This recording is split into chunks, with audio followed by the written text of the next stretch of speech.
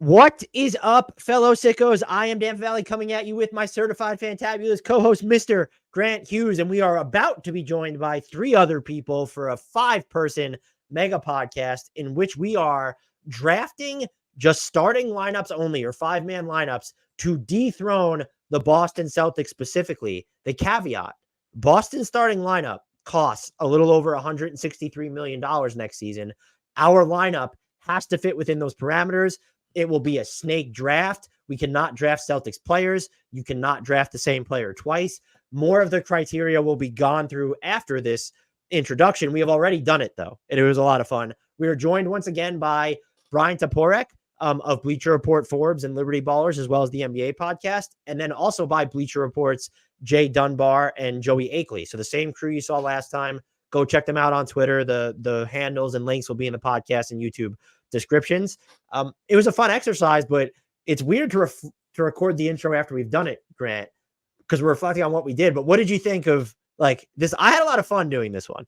I really enjoyed it too. It's a phenomenal idea. And also, like, as a credit to I don't want to spoil anything, but as a credit to the Celtics, like it's amazing that it was kind of hard to come up with a team, like just picking from whoever you wanted with only the salary constraints.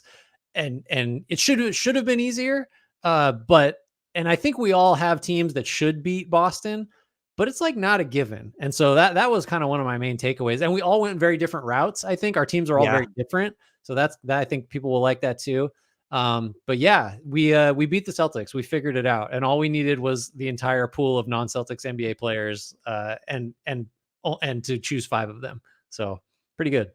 It was a lot of fun. We think you'll enjoy it. Without further delay, let's get to drafting lineups to beat the reigning NBA champion Boston Celtics. What is up, fellow sickos? The HardwoodKnocks gaggle is back for another drafting exercise. We're just going to draft everything. We're going to put out thousands of podcasts of just drafting. We're going to run out of basketball things. We're going to be drafting random shit at some point.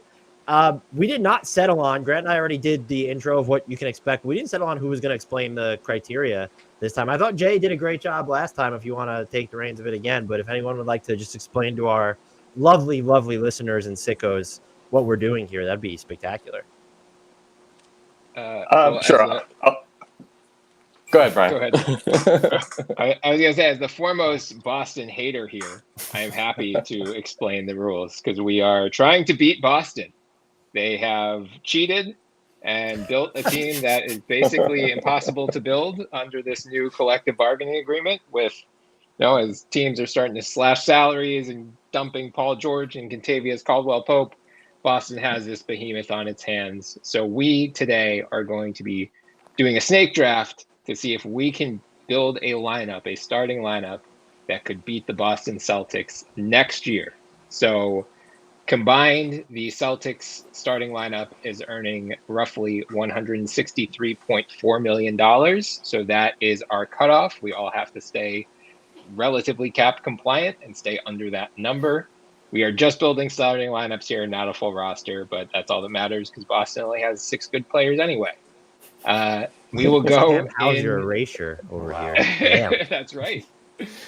We'll go in just a snake draft order. So my good friend here, Joey Akeley, will be the number 1 pick, and we'll go from there. We each just need to draft 5 players. Think those are the big takeaways, guys. Am I forgetting anything? Yes, we have a Celtics fan here with us. That's right. Jay. It's like, what is this exercise going to be? You're trying to unmake your favorite team. Like that's just like unseat them. That's like a weird spot to be in. No.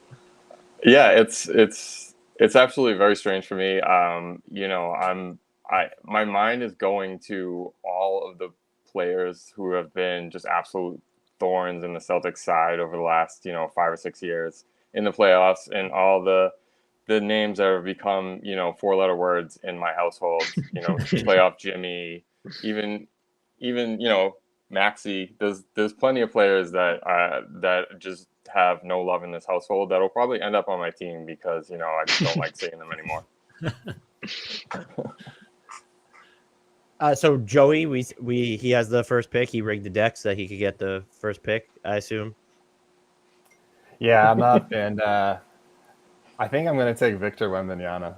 And I mean, he's not I think there's an argument that he's going to be a top 10 player this upcoming season, and he's the only player within that top 10 who's not making star level money. He's only going to be making $12.8 million. So that leaves me with $150 million essentially to fill out the rest of my roster. So, yeah, I mean, I'm not saying he's better than Nikola Jokic or Shea or Luka yet. Nothing like that, but it's just the value is just incredible. Wow. We thought I took Victor Wembanyama early in our redrafting peaks. I have no argument against it. Like, how do I don't either. You know, like he was definitely, it's the $10 million is just like ridiculous. Do we get to like take the money we don't use home with us or something though? Like, we got to draft a $10 million player right out of the gate. No, unless someone has a spare $160 million laying around. But unfortunately, we chose the wrong profession for that. Who's next? I already forgot the order. I apologize. Looks like it is me, and I'm pleasantly surprised. Honestly, I had a pivot planned in case this guy went number one, and I might be locking myself in later, which we can talk about, but I think I have to go Jokic here. 3-time MVP, best player in the NBA, unless Luka Doncic stole that title from him briefly this year during the run to the finals. I know you're concerned with Boston, especially running the 5-out lineup. Is he going to be able to guard in space? I don't really care. We saw that Nikola Jokic is good enough to win a championship, be the number one option on a championship team 2 years ago. So I am more than happy to take him here at number 2. That was the pick I was expecting Joey to make, by the way. I assumed Jokic was coming off the board first. I really think 1 and 2 like just came off correctly though. Cause like I was thinking about this, like if, the Celtics seemed so just able to do whatever they wanted to do and everyone had to adjust to them. And it's like, well, who out there can force Boston to like do something it doesn't want to do? And that's pretty much just Jokic, where like, okay, maybe he could post up Porzingis and you have to send a second. It's just like, I think I get the salary is a concern, but like, I just don't know. I don't think there's anyone else. Maybe you guys disagree that you would just throw out there and say, okay, Boston has a real problem that it like hasn't faced and can't solve. So man, but and goodbye to your money, Brian. I think that's okay. I think we were robbed a little bit in 23 when, the Celtics couldn't handle the heat and they were on a collision course with the Nuggets. Mm-hmm. And, they weren't quite in the form that they're in now after the Marcus Smart trade. But, that would have been one thing, had one kind of cherry on top had the Nuggets made it through the West and the Celtics faced them this year to just kind of like see what would have happened against Jokic and how he would have done against them. So, yeah, very interesting pick there. So it looks like, Dan, you are up at number 3. So I'm going to take a little bit of a different strategy here. I think it's going to more closely mirror what Joey did than what Brian did, where I'm most concerned about kind of matching Boston's versatility and being able to disrupt all the dynamics they have going on offense. And so I'm going to take OG Anunoby off the board here. Ooh. I think if you were building just the defender to go up against the Celtics, it is him and it's basically nobody else. Like if we're dealing with the players as they are in their current form. So Kawhi has jello in his knees at this point. Like this is the player that you want going up against the Celtics. He can defend any of the guys that are going to be on the court, including KP, or if it's going to be Horford, or of course Luke Cornett, the star of the team. So there's a risk here, but Jokic is already off the board. Wemby's off the board. Those were like the two of the guys that I'd maybe circled for this spot. I'm interested to see whether my strategy pays off, though. And it does seem like we're all kind of approaching this from different angles, which I think is going to make for a more fascinating final product. So, Dan, is your Knicks bias weighing in here at all? Are you concerned about Anunoby's salary in particular relative to some of the other options around there? I mean, aren't we dealing with an average of like $32 million a year per slot? And so that's just like, I'm only slightly over. You just burned $50+ million of your budget. So maybe you should be a little bit more concerned than I am. I'm planning on going cheap in a couple positions, but it's a fair point. Yeah, we do have a lot of money to spend. So, it's all these teams that are like scared off of big threes. I think pretty much all of us can build a big three. The question is, can we build a big four or even a big five to match Boston? We're trying to do the anti-Denver, actively not steering out of having good players. That's right. Tough to do. So, Jay, you were up at number 4. Okay, well, I like the OG pick.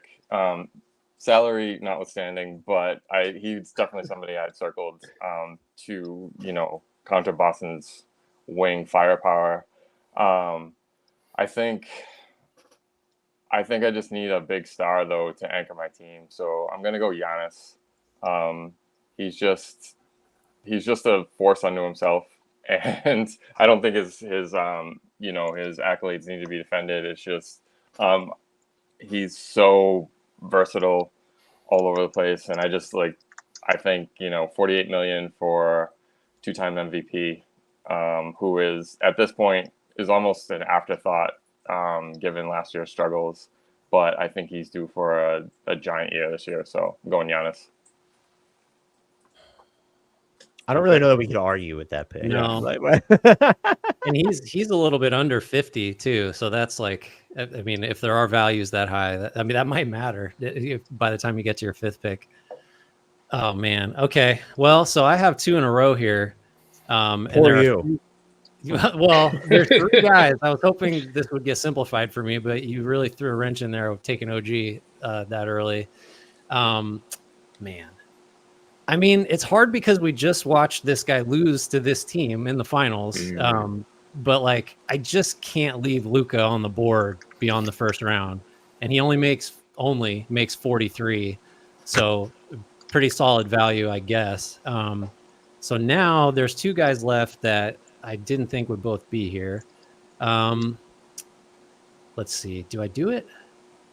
I think I gotta have an anchor that can still move defensively. So I'm gonna go Anthony Davis here, another $43 million guy, just on the thinking that this assumes you got to account for Porzingis, and I think he's got the size to handle that, and he's obviously a great rim defender. I'm not getting any stretch out of my center, which automatically puts me at a disadvantage against Boston. But I think he does enough of everything else. And by the way, we're assuming everyone's healthy. We probably should say that. So I got to go AD with my 2nd pick and now sit quietly for 8 picks in a row. Grant, the real question is Anthony Davis your starting center or is he your starting power forward?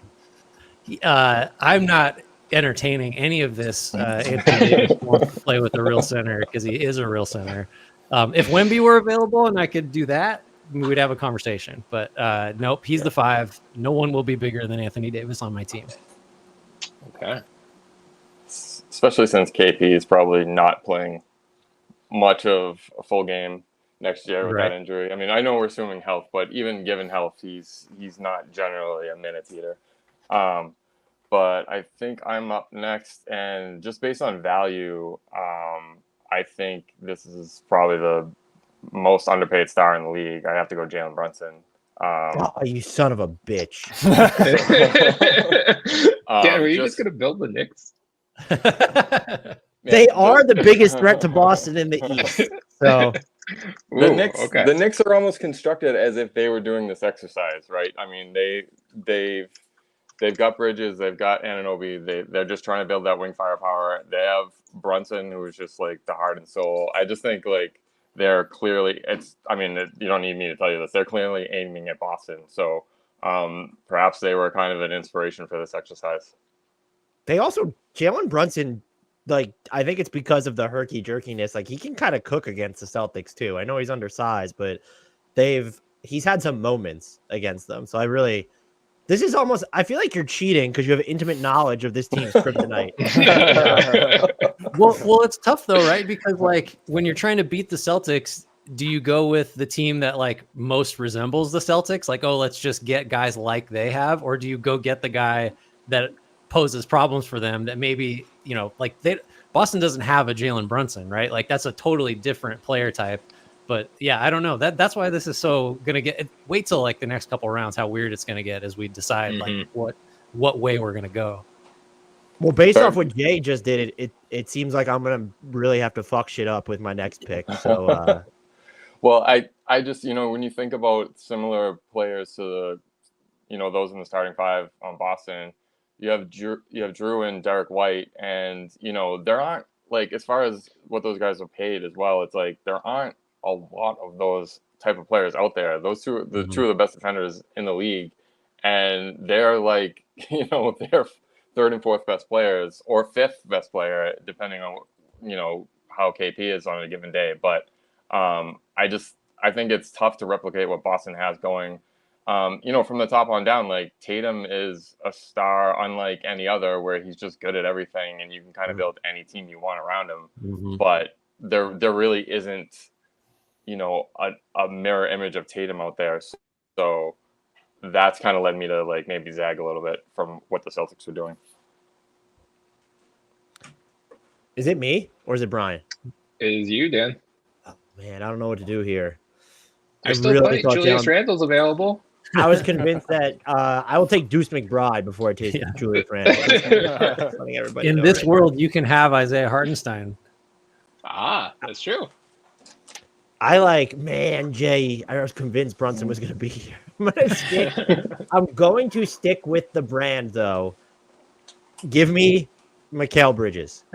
Wow, nice. I'm going to just continue to lean into the perimeter malleability guys who can make decisions with the ball, work off the ball. Obviously, my advantage creation right now is a little bit spotty, but we're only 2 picks in. I'm still so mad Jay took Jalen Brunson off the board. What a smart pick. Yeah, I figured. This is like kind of the point of this exercise. You're never going to take Mikal Bridges over LeBron James one-on-one, like who's the better basketball player. But when you're trying to fit these guys into the salary cap, Mikal Bridges at $23.3 million is a screaming value compared to, Paul George at 49, Jimmy Butler at 48.8. So I had a feeling he was going off early. I should have known it was going to be you, Dan. You're welcome. It's okay, but I'm actually thrilled that you went that route, because I will say, as I was, kind of going through the list and trying to figure out where some potential values are, or you could find some potential savings, the one position where it's really hard to do that is shooting guard. And maybe I'm just Team USA pilled after last night. Anthony Edwards and Nikola Jokic are joining up. Let's go. Anthony Edwards oh my God. $42.2 million. So I'm going to have no money left at some point, but we'll deal with that problem later. I love that pick so much. I almost was going to take him over Luka. I'm 100% Team USA pilled too after watching him. That's the only guy that can do anything. He's great. That was so funny too. People were like, "Oh, him," even though he was clearly kidding about being the number one option, and then he's just the best player on the floor against Canada. So, Grant, when you said you had 3 guys, Bryan, cries poverty towards the end of his lineup building here. I'm telling you, there's one position in particular where you can find like screaming values, and I think I'll be okay, but we'll see. We'll see what happens with my next pick. All right, Joey back to back here. Yeah, I mean, as a Warriors fan and a Steph fan, I'm looking for any type of disrespect, and I have to, say it. So there's been a lot of disrespect on this call. At the very beginning of this podcast, Jay was talking about Celtics killers, and he didn't mention Steph first. Unbelievable. And then even just now, Grant. I would never expect this from Grant. Grant said the only one who could do anything last night was Anthony Edwards. Steph went on a little flurry in the third quarter, so I'm a little offended by everyone right now. I'm taking Steph Curry, and I'm taking him to join with Wemby, and I'm just dreaming of Steph and Wemby being on a team in real life, and actually the Warriors having a chance to win another title. That's not going to happen. So I have this exercise to dream. Glad he's going to a good home. Thank you. Yeah. Having only spend so little on Wemby really allows me to go with huge salaries here. And I think I might really regret not having great wing defense after this next pick, but I'm going to take Kevin Durant and do more dreaming. So what is going on here? I'm fascinated. so we got Durant at power forward, Wemby at center, Steph at obviously a point guard, and yeah, I don't know. I mean, that's a lot of money on 2 consecutive picks, but I still think I'm going to be able to make it under this 163 million, whatever it was. So those are my picks. All right. So worth just recapping before we go any further. So Joey's made 3 picks. The rest of us have made 2. Joey's got $43.7 million left to spend. I have 69.8. Grant is at 77.1. Jay is at 89.6. And Dan is $103.5 million. So Dan's got all the money in the world to burn. The rest of us are going to have to start looking for values here. Oh, man. Point guard's tricky for me because there are just so many guys like in the $35 to $42 million range that like all are just great options. I mean, you can't go wrong with any of them.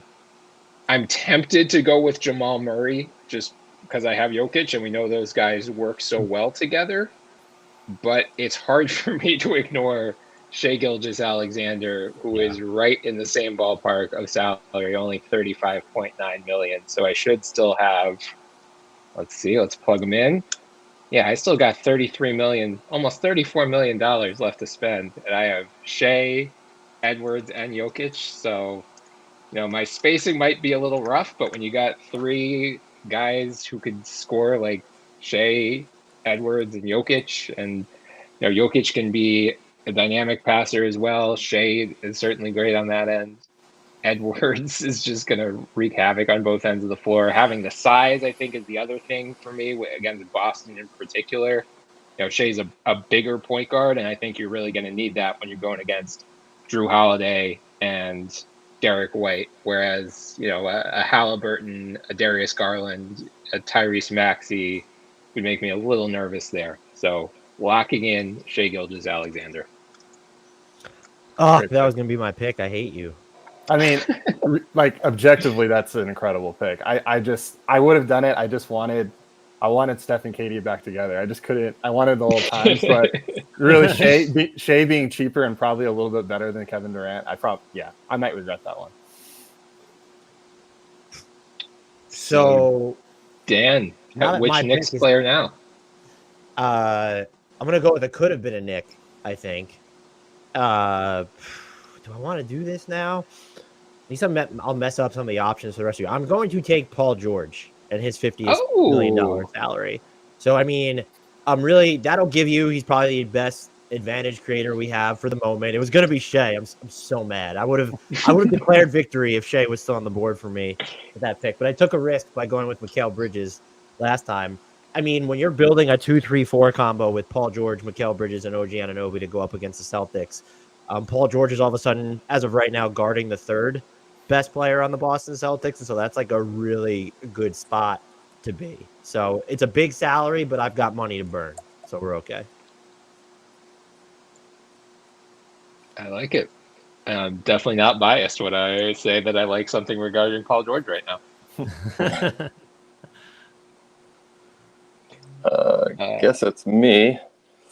So there's a ton of stars still left on the board, but it isn't about just grabbing the most talent, since we have an actual salary cap here. So right now I have Jalen Brunson at the point, and I have Giannis at the 4. So he's the alpha dog here for me, and I might start taking some value plays off the board just because I'm afraid that some of these guys are going to start going. So I'm going to go off board, and I'm going to take Chet to kind of match Joey's Wemby pick, Wemby light, I guess, and kind of fill up my front court. Get some defense in there. I love that. That's a good pick. That is 100% my next pick. I had him highlighted. So I approve, but I'm also deeply upset because there's just nobody else that you could throw out there that like might win Defensive Player of the Year and also can shoot it. And just that's like there's another one of those where it's let's just present the Celtics with a problem that they like haven't quite seen. Oh, that's such a good pick. Okay, so I'm on tilt a little bit now. So I got two guys making over 40. I feel like I need to make a budget decision here. Or do I just take LeBron? Let's see. Or do I just take LeBron? Like he's just sitting there, and but then if I do that, I'm going to have less than 30 million for two guys. Yeah, but LeBron just took a pay cut, Grant. So think about how cheap he really is. Can I get confirmation from Clutch before I make a decision here? Yeah, I think I can't go that expensive yet. All right. Well, this guy is sort of similar to Chet salary-wise. I think he fits some of the versatility you're looking for against Boston, some of the secondary playmaking we might need. Shooting is a huge question. But I'm still going to take Scotty Barnes and his $10 million you fucking salary. Asshole. Sorry. Here's the other guy. Now I feel way better about it. Yeah, a lot of questions there. He's got to be the least. Well, I mean, he's rookie of the year, but that's clearly a budget choice with that first pick. So that's me at 67. And then I think I can maybe just go 67. That leaves me 19. Yeah, I think with my second pick here, I will just take LeBron, and then have to really bargain shop on my fifth pick. So LeBron makes 48.7. Yeah, it's gonna get a little tight, but this team is huge. Luka is so far the smallest guy that's gonna play. At least we have some defenders and size to hide him. But I just realized I put LeBron and AD together. Too late. I already did it. But I'm all in on the Lakers, I guess. I feel very uncomfortable about that. I think both of those picks are great. You still have more than $18 million to spend on a shooting guard. So it's like that prices you out of the stars. You're not getting Booker or, even KCP, but there are a couple guys in that like 15 to 18 million range that I think could be very good values, including one Lakers guard. So maybe you just want to rebuild the Lakers since they've been so good lately. Okay, so what am I at? I've got about 79-ish after Chet. That Chet pick was so good. I can't get over that. Yeah, I'm upset about many of these picks, actually, apparently. I thought about Scotty, too, though. I think that's a great pick as well. Just some of these guys on these contracts, I mean, we're just getting them at the right time. But this next guy is not on a value contract, but he's a guy I circled, and, I kind of went back and forth on him because he is kind of the face of load management and, hasn't won a title in a while, but I have to go Kawhi because, like I keep saying, I want to match up with the Celtics on the wing. He's still a premium defender, and he's won titles. And I just, I want that kind of grit on my team. So Kawhi next to Giannis, Jalen Brunson, Chet Holmgren. That's a tough group. Yeah, it is. As these rosters are coming together, I'm appreciating that all of our teams could probably beat Boston. So that just makes me bring some joy to my heart. It can be done. Yes. How come we're not allowed? We should be able to draft actual Celtics, I feel like. No, that's the point. We have to beat these because they're all on these freaking value contracts for another year. And then Derek White would have been my first pick. D White. Yeah. I'm a Celtics homer, so probably a good thing we couldn't draft him. Is it me? It is. Man, I'm not. Many of the picks that I had. Don't do it, Dan. Don't do it. Don't do what? I don't think you're going to take the guy that I want with my next pick, but I'm nervous. I'm nervous too because I don't know. There's a pick that I want to make, but he just makes so much money. I don't want to obliterate my budget here, but I might have to. Oh man, this is tough. I'm gonna be bargain shopping to death. It looks like when it comes to, or do I just not do it? Do I resist? I'm very confused right now. I want to pass. What is that? Is that allowed? How does that work? Okay, I am going to go with Bam Adebayo. Plenty Love of that. Celtics experience there. Yep. I don't. I have a defense. I mean, I'm a little bit. I wish Bam was more dynamic offensively, but so we're not going to replicate 5 out, even though people constantly think that maybe he'll be able to shoot threes at some point. But I'm happy with my defensive quartet right now of Bam Adebayo, OG, Paul George, and Mikal Bridges. Pretty solid. Brian, I believe one Joel Embiid has not been taken. Just wanted to let you know. So if you don't let him get taken in this whole exercise, then I'm going to make fun of you forever for it. So He's not only is he not going to get taken, none of us can afford to take him at this point. None of us have $50 million left. I blame you, Brian. Yeah, well, I'd blame you. If you took Jokic, I might have taken Embiid, but probably not. I was definitely going to take Wemby. So good call there. All right, so I said earlier that there was one position where I thought you could go bargain hunting, and actually there's 2, and I intentionally left those 2 spots for last. The first pick that I'm making, though, is going to be Jalen Williams at only $4.8 million. Of the whole draft. I just, I've got Shea already, so we know those guys work well together. I need the size. I need a guy who not only can defend, but is also a good 3-point shooter. J-Dub shot, I mean, not on high volume, but almost 43% from 3. I will be telling him he's got to take more than that on my team. And now I've got, $29 million left to spend on my power forward, which is more than you guys thought I was going to have when I spent Jokic, or my first pick on Jokic. So take that, everyone. I'm really glad you took him because I have 18 million left, and I was considering just taking him with my last pick and leaving like 14 million on the board, which would probably not be smart. But he's the best value. I mean, other than Wemby and Chet, right? He's in that conversation value wise. Definitely. All right, so Joey, up to your final 2. Okay, this is where we need to do the math. So, great. Brian, do you have the math in front of you? I do. So what is the exact number that I have left over? You have 43, 684, 65, 665. Okay. So 43 something. Okay. 43.7.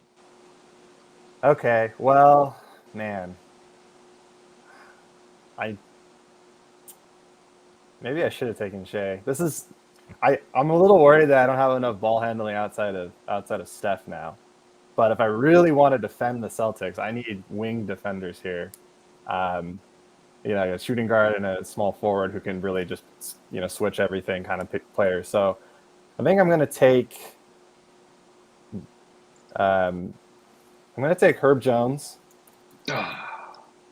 And then I'm going to take – I have 2 picks, right? Yeah. Okay, and then I'm going to take Jaden McDaniels. So I have a ton of height, a lot of slender guys. If anyone wants to post my guys up, I don't know how we're going to be able to defend the post, but that's the one thing the Celtics don't do a lot of. So maybe I can get away with that. I mean, Jaylen Brown will bully ball you in there sometimes.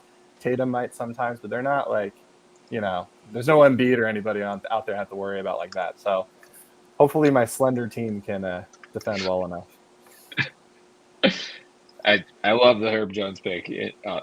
That was another one that, it really is just between him, J-Dub. There's one other guy who I'm not going to name just in case he doesn't go, that is also very cheap and I think could be real value here. And then power forward as well. I mean, that was the one I was really alluding to. There are going to be a lot of value options that just don't even go off the board here at all. Mm-hmm. So anyway, my final team, I'm sure we'll go over this again, but it's Steph, Herbert Jones, Jaden McDaniels, Kevin Durant, Wemby, and like 7 million left over, or something like that. You got basically the room mid-level exception left over. That's right. That's right. Kelly Oubre, come on down. All right. So I'm up with my last pick. I have 29.2 left, we'll call it. So that prices me out of Pascal Siakam big time, Jeremy Grant by a little bit. So I could go Aaron Gordon here. Could go Paolo Banchero here, although I don't think he really fits what my team needs. Honestly, I'm torn between Lauri Markkanen and Evan Mobley. Because Markkanen, I think, would be a great floor spacer for this team, but I have some concerns about how he would hold up defensively against Tatum and Brown in particular. Mobley, I think the spacing could get a little cramped with him. Jokic, SGA is not a great three-point shooter or a super high-volume three-point shooter. If Franz Wagner didn't forget how to shoot, I might have gone him at this spot, but whatever happened last season is a little concerning. I guess Denny Avdia is another option that I could go with here, but if we're focused just on next year, I'm gonna go with Markkanen, and I'm gonna get a dog off the bench for when the Celtics target him and play him off the floor. Just for the record, I have 18.2 million left, and Markkanen makes 18 and 44 grand. So, thanks a lot. You're very welcome. Me again. I keep forgetting. So Yes. I'm torn between wanting to use the bulk of my budget and just going with Denny Avdia versus I feel like I thought about Suggs here. I thought about Caruso. The thing with Suggs is I don't think he's great at defending like the bigger guys, and the Celtics don't have like that traditional guard you would want him to lock down. Like that's not Drew Holiday or Derek White's games. I think I'm going to rule Suggs out. Congratulations to anyone who comes after me if they were thinking about him. Denny Avdia would just make us so big. He's so good defensively, but I think I want a more bankable floor spacer. So I'm going to take Mr. Alex Caruso, who can defend four positions, just shot basically over 40% from three on fantastic volume. And since we're only concerned about next season specifically, the difference between him and Suggs, like in age, I'm not too concerned about. It's interesting how much better I feel about my team relative to beating the Celtics to like I'm looking at kind of BT's roster specifically. And I'm like, I don't know if I like my team against BT's roster, but I'm so lasered in on I'm trying to beat the Celtics. Right. Good point here that Caruso, J-Dub, Holmgren, SGA all taken just speaks great volumes for the Thunder this upcoming year. I'm not going to lie. I was thinking about taking Paolo and just making him my point guard, but I would have had a drafted like another wing type rather than pair him and Bam together. I wouldn't love that.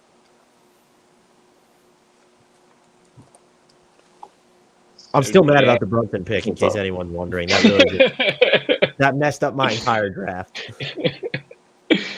Well, Jay now has the chance to complete his roster. He's got about $29.6 million left to do so. Yeah, so I'm just on the line of missing some. I need a guard or a wing, but and I definitely need shooting, though. It just kind of speaks to the cost of shooting in the NBA these days that the pickings are slim after that. I mean, Clay's sitting there at 15, but I don't know that I want to invest in him at this point in his career, especially, going to a new place. Sorry, Joey, I don't want to speak ill of any Splash Brother, but apologize to Grant as well, please. and Grant, yeah. Thank you. I was thinking about Caruso here, so thanks for that, Dan. You're welcome. I owed you. Yeah, definitely. You know what? I'll go Suggs. We'll just have a well, everything's going through Giannis, and we'll just go defense, see where it takes us. I mean, I don't feel great about everybody else's roster here because like you said, I was focused on the Celtics. Sure. But so I don't know how my team would do in an imaginary tournament with all of these other teams, but I feel pretty good about it going against the Celtics. So I don't know, we'll see. I do think, I don't know if anyone else agrees, the Suggs pick, like I still don't think even like really smart basketball people understand just how good Jalen Suggs was last year.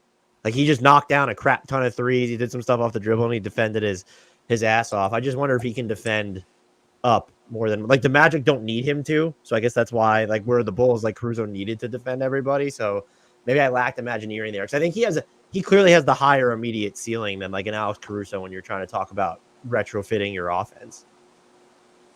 Yeah. Plus for Jay's team specifically, Suggs can guard a guard because he's got Kawhi, Giannis, and Chet. So like, at least I just meant like even Drew is so like burly. Like could that give Suggs problems? But like Derek White just won't see the light of day now, which is perfectly fine. So yeah. All right. Well, so I think it's down to me here. This is the best last pick of any draft ever, probably. I really was going to take Markkanen. I know I keep saying my guy got taken, but that was just such a perfect fit. He would give me shooting. My team is not a shooting team because I guess if LeBron really is a 40% guy, but AD's not spacing. Scotty Barnes has had one good 3-point shooting season. I do have a lot of shot creation, and my team is huge. So I'm going to lean into that, and I'm going to leave a little money on the table and concede that this team does not make a lot of sense. But Paolo Banchero is just sitting there, and so I have to take him. He makes $12 million, so I'm leaving like 6 and change on the table. But the most expensive player that I would consider taking that I could fit is Josh Hart, and I think like that's just. I got to take the guy who might be an all-star, Sure. several times over. So we'll throw Paolo in there.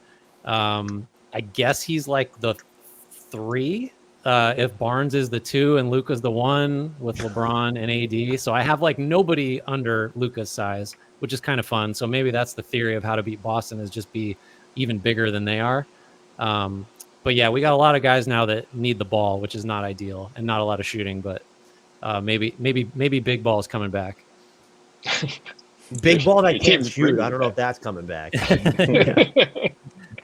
It's not like Paolo defends either, so I don't know what I'm doing. But I think Paolo's pretty good defensively. So I don't, from your perspective, like I guess Luka could be a weak point, but like your other 4 guys can just like be interchangeable defensively at this point. Yeah. Remember when the Bucks had like Larry Sanders and John Henson and somebody else, and they could like stand next to each other and reach the width of the court? That's going to be like the theory. Was he on that one? Was he there? We'll just be really tall and have long arms. I like it. All right. So should we go through the final teams quickly? Yeah, maybe everyone should explain, or not explain, but read off their teams. Yeah. I had the first pick, so I'll go first. Yeah, I took Steph, and then I took Wemby first, and then I got Steph and Kevin Durant. Very expensive players, but as you can see, not a problem because I got Herb Jones and Jaden McDaniels at the end. My only concern with this team, I mean, obviously, we're a little thin, like I said, from like literal, like slender. So maybe some bully ball on, would hurt. But the other thing is like, if Drew Holiday puts Steph in jail, no one else on my team has a great handle. So do I think we would beat the Celtics? I do, but I don't think it would be a sweep. So in all honesty, I'm not sure I did an incredible job drafting. I mean, honestly, Herb Jones is on my list of guys of like discount potential options at the small forward. So I think that, especially when you load up with KD and Steph being as expensive as they are, you were kind of limited as a result of that. But the Wemby pick, gave you plenty of breathing room salary-wise. And I think Herb and Jaden McDaniels are two of the best perimeter defenders in the league. So, as while you can be concerned about what happens if Drew locks up Steph, what happens? I'm not saying he would lock up Steph. I'm saying that they could double him and trap him, and then I'm just saying, Steph's older now. I don't know if he can take 48 minutes of Drew Holiday and Jaylen Brown doubling him. So anyway, continue. Well, I mean, you could ask the same question of like, what happens to the Celtics if Herb Jones and Jaden McDaniels lock up Tatum and Brown? And now you're relying on like Drew Holiday to create a ton of offense, which has not worked in the playoffs a lot. So I like your team, Joey. Thanks. I was the second pick, so I went with Jokic first, then Anthony Edwards, SGA, Jalen Williams, and Lauri Markkanen. I mean, I feel like this roster is pretty well balanced on both ends of the court. Again, like Markkanen would be my big concern defensively against, can he hold up against the Celtics? Although I think we could, we obviously did not fill out more than a starting lineup here, but if we did, I could see some fun, 3 big lineups with Markkanen, Jokic, and another big who could shoot, or maybe Markkanen slides up to play the 5 when Horford's on the floor. So I think there's some versatility here. I wanted the size with SGA and Ant because of having to go against White and Holiday. My 3-point shooting is a little light as well because Jokic and SGA are not super high volume shooters, but I'm hoping Ant and Markkanen can make up for that. And then J-Dub, I'm just sending on Jason Tatum. I'm going to tell him to glue himself to Jason Tatum for all 7 games of this series. I think that's a nasty team on paper. Just looking at it, it feels like the best roster to me. But maybe interior defense is the problem. Maybe. But that team is going to score like nobody's business, right? Yeah. Yeah. Oh, I had the third pick? I don't know why I thought I was fourth. So I went with my first pick was OG Anunoby. Then I had Mikal Bridges. Then I went and had to call an audible once SGA was off the board and went with Paul George. Bam Adebayo at number 4, and then Alex Caruso. I think my team has a case to be the nastiest defensively of any of these rosters. And I think there's definitely enough shooting. I don't know if there's enough on-ball creation. I had really thought Bam was not going to be my center. I had really thought I was going to be able to get Jalen Brunson or SGA, but I clearly waited one round too long for each of them. So that threw the makeup of my roster for a little bit of a whirl, but at that point I was leaning into versatility without compromising the spacing. So I think we beat the Celtics. BT's roster is just a monster. And I think if we were giving out superlatives of just like who has the best offensive or who has the best defensive roster, I think BT assembled what would clearly be the best offensive roster. No doubt. Yeah.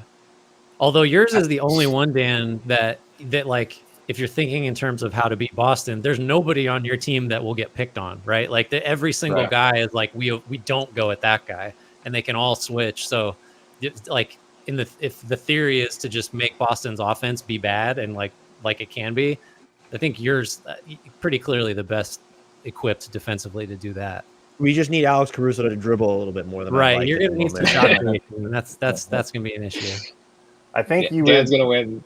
He'll win like a bunch of 90 to 80 rock fights. I was about to say 70 to 68 rock fights. And look, the other issue too with my team, and the full disclosure, would be like, okay, all these guys except for Bam Adebayo can shoot, but none of them are like super, super high volume. And none of these, Paul George is really the only one who's scoring off of movement from beyond the arc. And he might also be our best on-ball creator at this point too. So I went with Bam just because he gives that layer of dynamism at the center spot where he can create, just not in the most traditional ways. But I really thought I was going to be able to get, in an ideal world, I would have had Jalen Brunson or SGA on this roster with Chet as my center.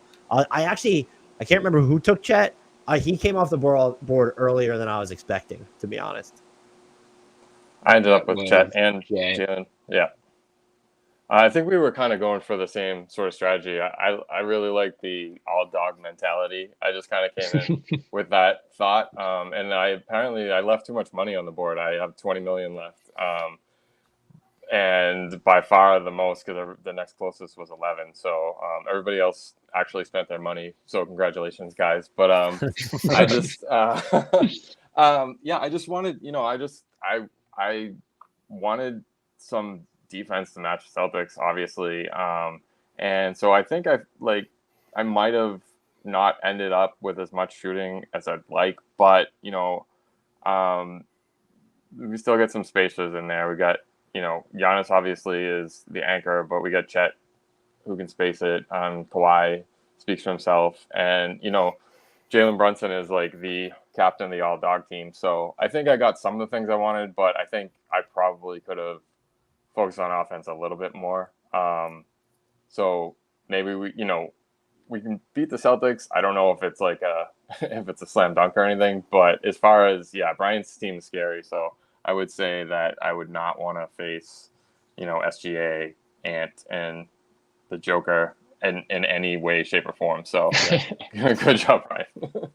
You did assemble 4 out around Giannis, which should be without like really compromising your defense, which should be the dream. I think you can make a case that basically everyone except Chet has like a shooting caveat, like, oh, they'll hit their threes, but they've had this season where they won't, or Kawhi has no knees at this point or whatever. But your roster is kind of terrifying. Just the idea of Giannis is not the 5, but he also can function like that on the offensive end, which I think is smart.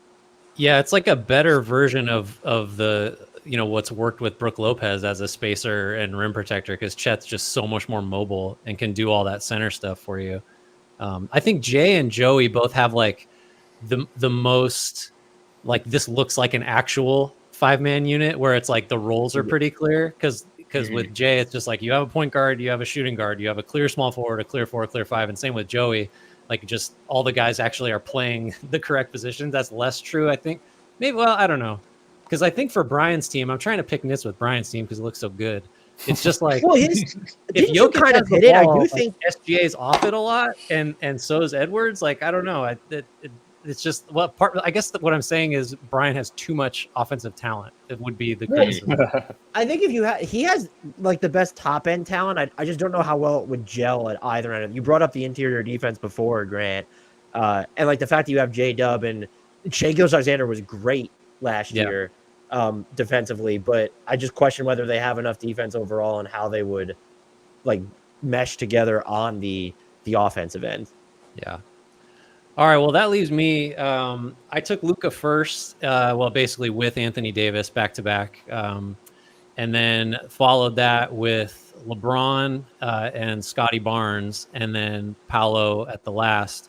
So this team's strengths are, I think, collectively pretty clearly the biggest team. There's the most size. I guess the theory is that's a stand-in for having actual good defenders, because Luka is not that. Paolo's okay, I guess. Scotty Barnes is a good defender. LeBron picks his spots.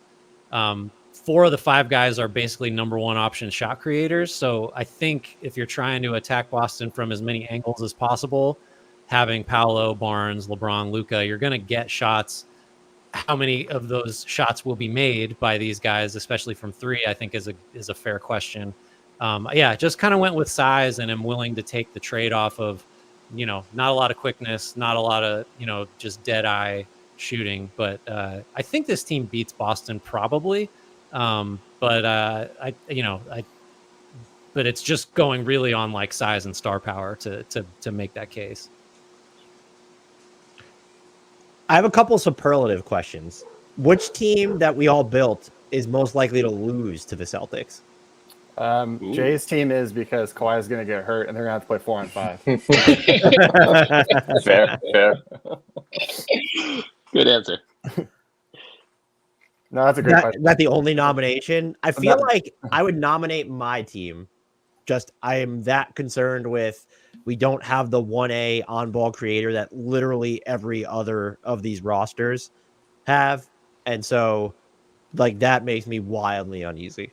Yeah. Maybe we should go through and say, like, for our team, like, if it goes bad, here's what it'll be. Like, so for me, just as an example, I just won't have enough quickness or shooting. Like, that's just how I can't stay with Boston. And for Dan, it's definitely like you don't have a guy that's going to break the defense down and create shots. I feel like that would be where it goes bad for you. Yeah, it's Paul George is literally just that's pretty much it. Nothing better than having the guy who's universally regarded as not a number 1 option as your number 1.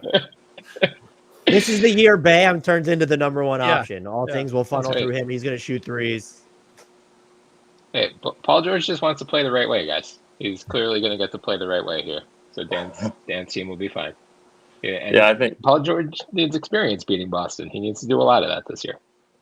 I will say what I think Joey was onto is like, because as much as I like Shea and Brunson, and I'm sure they could give Boston problems, and we've seen JB be a weird matchup for them, but like having Steph just like that quickness away from the ball or even on the ball, where it does feel like Boston, even with Luka, when you look at their defenders, they should be better suited.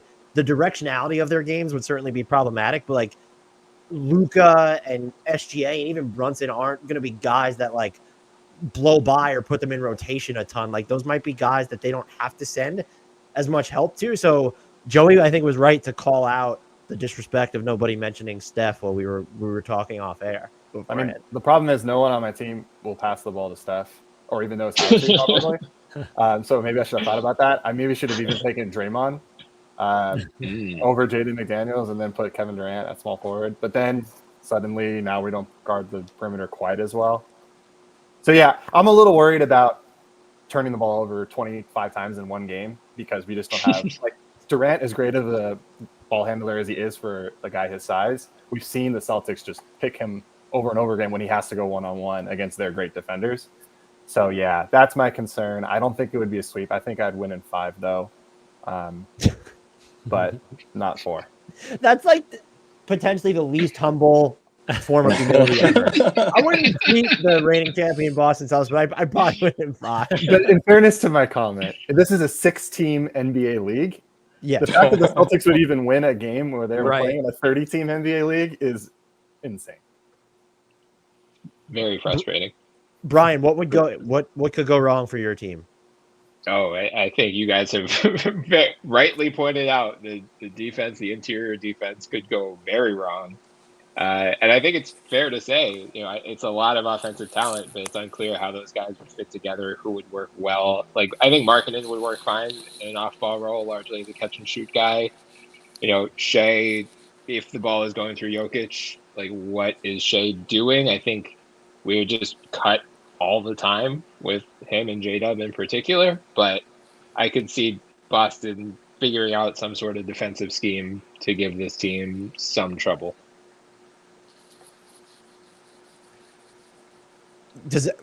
Are we surprised that anyone who wasn't drafted like that isn't on any of our rosters?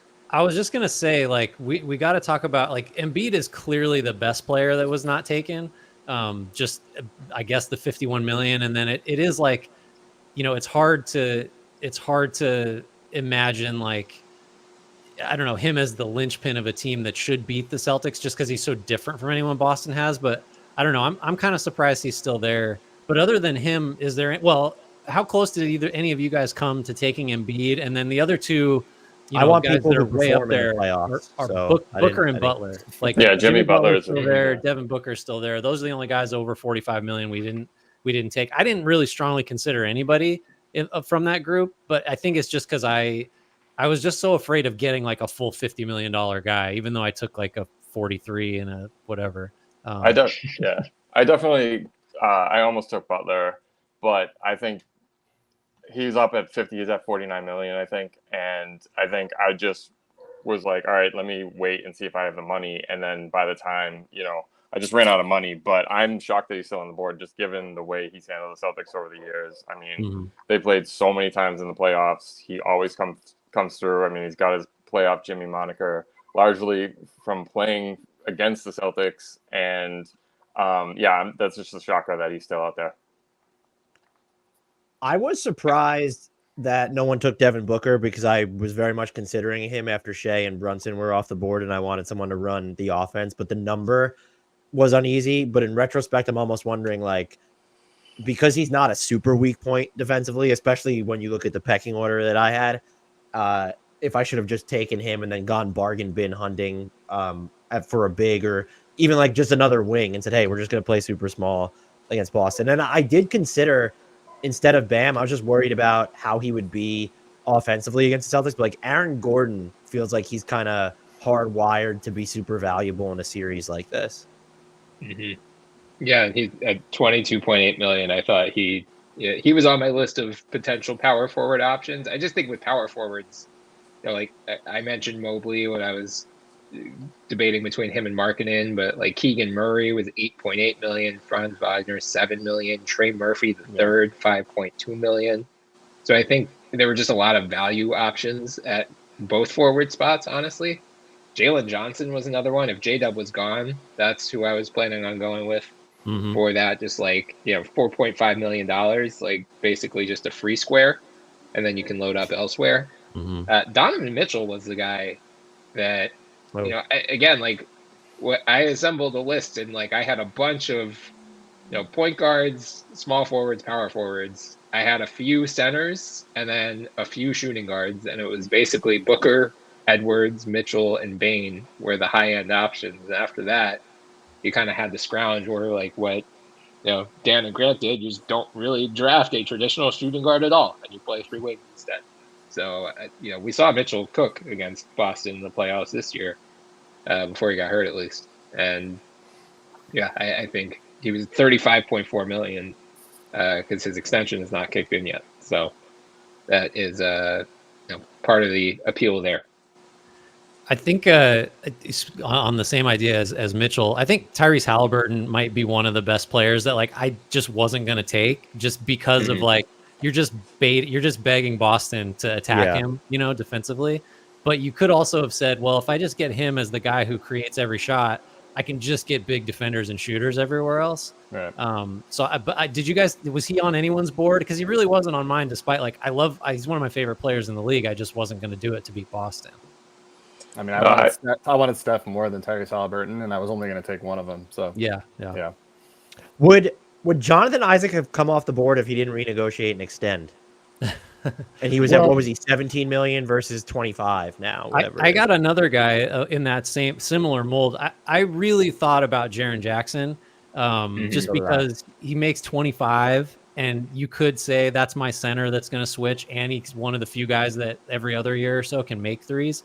So like if you're trying to space Boston out, he's one, because you're not going to take Miles Turner. Probably he's not quite good enough. But Jackson was Defensive Player of the Year 2 years ago, like I really thought he would get taken, and I gave him some real consideration. Maybe my favorite value that nobody took, next to Evan Mobley, who that would be tough because Mobley's got to be your center, and then you just feel like he's overmatched against a lot of good teams. What do we think was the best value pick of the non-rookie scale? Because J-Dub was clear. I think it might BT getting Markkanen when he did. I think that might have been the best value pick of the draft for me. I mean, Bridges 23. That's hard to beat for non-rookie guys. Herb Jones is technically a non-rookie at under 13. Even Bam at 30. I mean, under 35 when I'm paying 50 for Jokic and Grant's paying 43 for AD. Like, I don't think Bam is a huge downgrade on either one. Like, offensively, yes, but I think the point is you're drafting him for the defense, and I think we've seen him have a lot of success against Boston in recent years. So I like that. And then, honestly, not from like a value contract perspective, but just where he was on the board. Like, if Jokic went 1, I was torn between Wemby and Luka at number 2. So Grant getting Luka at number 5, I thought was unreal value. Well, but I still didn't feel good about it because, like I said, when I made the pick, it's just we just watched him fail against Boston, so that's hard to get out of my mind, But did we? He killed them. It was just the rest of his team couldn't hit shots. Yeah, it's unfair, but I think Luka is not. Probably not the 5th best player in the league, and so to get him at 5, even with budget constraints, I felt was pretty good value. Was there any pick that you would call the biggest boomer bust pick? And I just thought of this. I have a nomination already because I'm just staring at it. I'm like, this could make him look like a genius, or it could go exceedingly bad. I mean, who is it? It was Grant taking Scotty Barnes. Yeah, was the pick where it was like, the value's fine because he's still on his rookie scale. But if he's Scotty Barnes of last season and even a little bit better, that becomes just a monster pick, especially when you look at the context of the rest of your roster. But I think even in just a vacuum, that's the one where that's a dude you want on the floor against the Celtics at his peak. But if it doesn't, if the jumper falls off a little bit, if you're asking him to do things outside of his position on defense, that could get a little weird. But I'm looking at that pick. Like, it's not even that I hate it. I don't really love it with the rest of your roster. I'm not going to lie, but Right. the Scotty Barnes idea, like that he is just someone I had considered as like, should I take him in the top 3 because of the value and the theory of what peak Scotty Barnes would look like in this specific series. Yeah, it was a weird pick for me because I like Scotty Barnes. If Chet had been there, it would have been like no contest. I would have taken Holmgren, and he went right before. But What yeah, number Barnes, did Holmgren go? Sorry, do we 14 overall to Jay. Yeah, I think that's right. But yeah, I was gonna say Kawhi just because of the injury thing. Like if Kawhi is right, then he's as good as like literally anybody. But like when is that? I mean, everybody's got injury questions for sure, but that's always just going to be the biggest one. Did anyone have? I was so concerned, especially after the news that he withdrew from Team USA. I didn't even have Kawhi. Like I had Kawhi in my mind, but he wasn't on my list. Did anyone else have him aside from Jay, like on their list, given his money and the injury risk? I would have, if I could have gotten Wemby or someone like that real cheap early, I would have thought about him because he's kind of a perfect Celtics opponent, right? Like he's totally fair pick. I had like 7 or 8 guys making like 45 plus, and I just decided he would not be one of them. Like I had Butler at the very end of that, so I just think I'd rather have Jimmy Butler because it's more likely to be healthy. That's just what I was thinking. Yeah, if we knew Kawhi would stay healthy for a 7-game series, I think he would have come off the board like in the top 5, probably. Yeah, for sure. Right. For sure. But like, I would have taken him before LeBron for sure. Yeah, there's just a non-zero chance that his knees are unfortunately cooked, or like I think the same thing probably could be held against Embiid, and maybe that was among the reasons people didn't take him, was just like, can you count on this guy to stay healthy even in a single playoff series? Yep, all fair criticisms, and to be fair, I kind of leaned into the fact that we were, removing injury considerations, but that's still, when it comes to Kawhi, that's one of the first things you think of. But I'm willing to bet on getting him healthy at the right time, and just like cooking with that team. I mean, that dude won championships in different roles as the alpha and as like a secondary option, and he's just like, he can do it all. And I just think he's like one of the guys that I want to go to battle with against the reigning champ. So definitely all fair, but I'm sticking by Kawhi. Honestly, go ahead. I was going to say, Jay, with Kawhi and Giannis, yours is the only team that has 2 guys that were the main reason their teams won championships. Like I don't think anybody else really Stat slander again. No. You have one, Joey. You have one because KD was not the alpha on those championship teams, so you just have one in Steph. And the more I look at Jay's roster too, like if you just thought, I mean, the injury, we have to account for the injury risk, but he has like every level offensively covered in a way that I don't think another team does. When you look at guys who could score from multiple levels, and then you are covering all 3 levels, mostly from beyond the arc, but also from the mid-range and getting to the basket. If you told me Kawhi was healthy, there's a chance that this might be the pick. Like Jay has my favorite team. I think that just Bryan right now, the top end talent he has, I think it's very clearly, I don't know if anyone else has nominations, but I think I'd pick Bryan to have the best offensive team pretty comfortably at the moment. Yeah, I think I was just, I was intentionally trying to build an actual team, and I don't know if that's the right way or the wrong way. Like, we've seen Team USA go down in flames by having, all the talent in the world, and we've seen them get by with it and do just fine and win gold. So more often than not, I would say that the talent's probably going to win out, but I looked at this exercise as trying to build a coherent team, and that's kind of why it ended up the way it did. But I fully am jealous of Bryan's offense. So definitely no right way to do it. Yeah, I mean, Jay, honestly, your team might be like the most well-balanced from a 2-way perspective. Like mine might be the best offensively. I think Dan would probably be the best defensively, although Joey's with Herb Jones, Jaden McDaniels, and Victor Wembanyama might have something to say about that. But I mean, Brunson, Suggs, Leonard, Giannis, and Chet, like none of those guys are liabilities on either end of the floor. You've got the creation with Brunson and Suggs, and even Giannis. You have rim protection with Chet and Giannis. You have the lockdown defender in Kawhi. Like there's really not a weak spot on your team. We have Sufferers. anything else here? I'm just happy that we successfully created 5 teams that can beat the Boston Celtics. So thank you everyone for doing your civil service and trying to prevent a Celtics dynasty. It really is a credit to what Brad Stevens has done, though. As great. Joey pointed out, the fact that we're even talking about this with basically all-star teams, and we're putting up an actual NBA team against this is kind of mind-blowing. So that's enough. I know that's enough Celtics love for everybody. But, I had to get that in there. Well, really, this whole thing was about we just dismantled the Celtics. So I think it's okay to close with some Celtics love, that they were good enough to inspire an exercise where we now have built 5 rosters that would certifiably beat Boston. And I was going to say in 4 games or fewer, but Joey was being super humble. So in 5 games or fewer, we would all just beat the Boston Celtics. I mean, I don't think Dan's team would win in 4 either. So yours is probably 5. Dan's team would win in 3 because they would just wave the white flag. Yeah, having they to would go up just against maul Boston. Boston would have to give up. Understood. I mean, there's a chance that none of these teams would sweep Boston, which is the truly absurd part. Like Boston, I begrudgingly admit they've done a good job building their team, and I can't wait to see it all fall apart after next year. Well, that was it, folks. That was a lot of fun. Grant, how are you feeling about your team?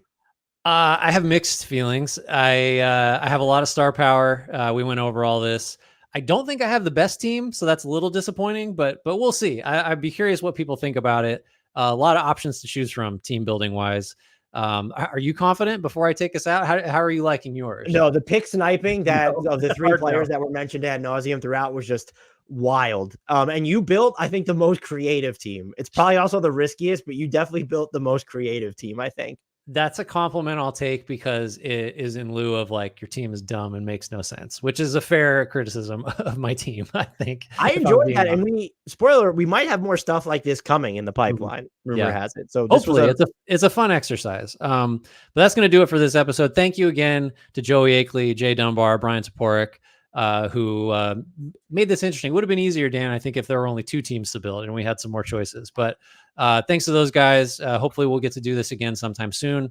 All the usual stuff now. Please, if you have not subscribed, joined our Discord, thumbs up us everywhere possible, told all your friends and enemies, please do all of that. We really appreciate it. It helps us grow the podcast. If you're interested in merch, there's some newer stuff coming maybe, but we're out already by the time you listen to this. Possible. The links for that in YouTube and podcast description, as is the way to join our Discord. I think that's going to cover it. Thanks again for everybody listening, watching. We'll get to you next time. Shouts, Frank Ntilikina. Apologies, Jared Allen.